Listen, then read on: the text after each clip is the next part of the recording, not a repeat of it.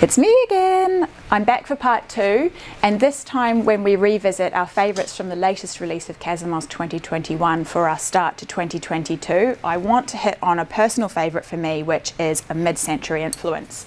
So this little block here is an opportunity to celebrate a trend which will never date.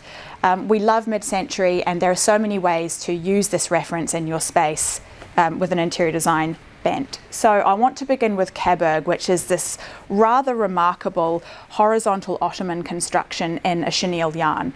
It's weighty, it's inviting to touch, and it certainly reminds me of a lot of the kinds of products you would see in late 50s, early 60s upholsteries, with a colour palette to match, particularly this tobacco tone and through into these citric yellows.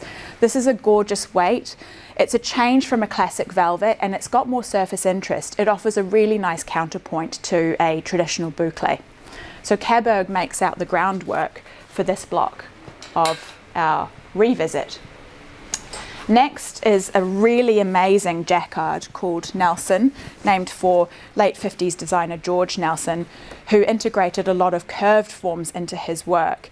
This is a really fun, vibrant play of block pattern, flat, uninterrupted and clean. So you get this really joyful, solid colour areas, and you've got a mix between sheen and matte yarns, which gives it real life and vibrancy at the window.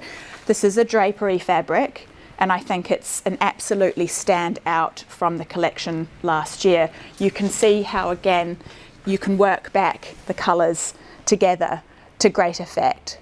So this is Nelson, and I'll keep it here because I wanted to bring back a drapery from a few years ago, which I adore, called Apogee. Now, the great thing about a brand like Casamance is you can reutilize existing cloths again and again with these new collections because they work so beautifully together.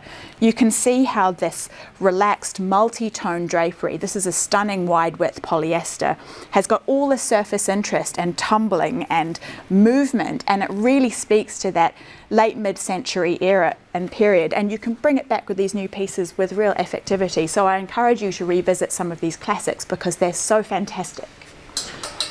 Next in this block is Molino, named for designer Carlo Molino. And he used a lot of curves in his furniture. So here we see these beautiful motifs, these curving interlocking shapes moving together.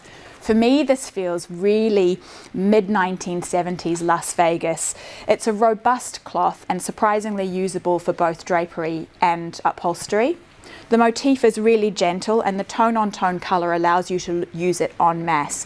At the window, you get a lovely broken effect, and on a piece of furniture you can appreciate the curve and the movement and how it catches the light.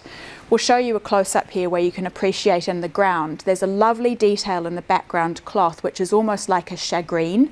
So you've got lots of subtlety and movement there despite it being a tone-on-tone pattern.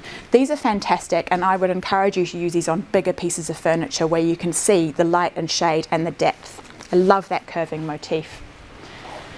We'll finish off the mid-century block with another revisit for a cloth that's already established from the brand, but which all of you are loving and I think is worth refeaturing. This is Alma, an absolutely exceptional, chunky and robust multi-tone boucle.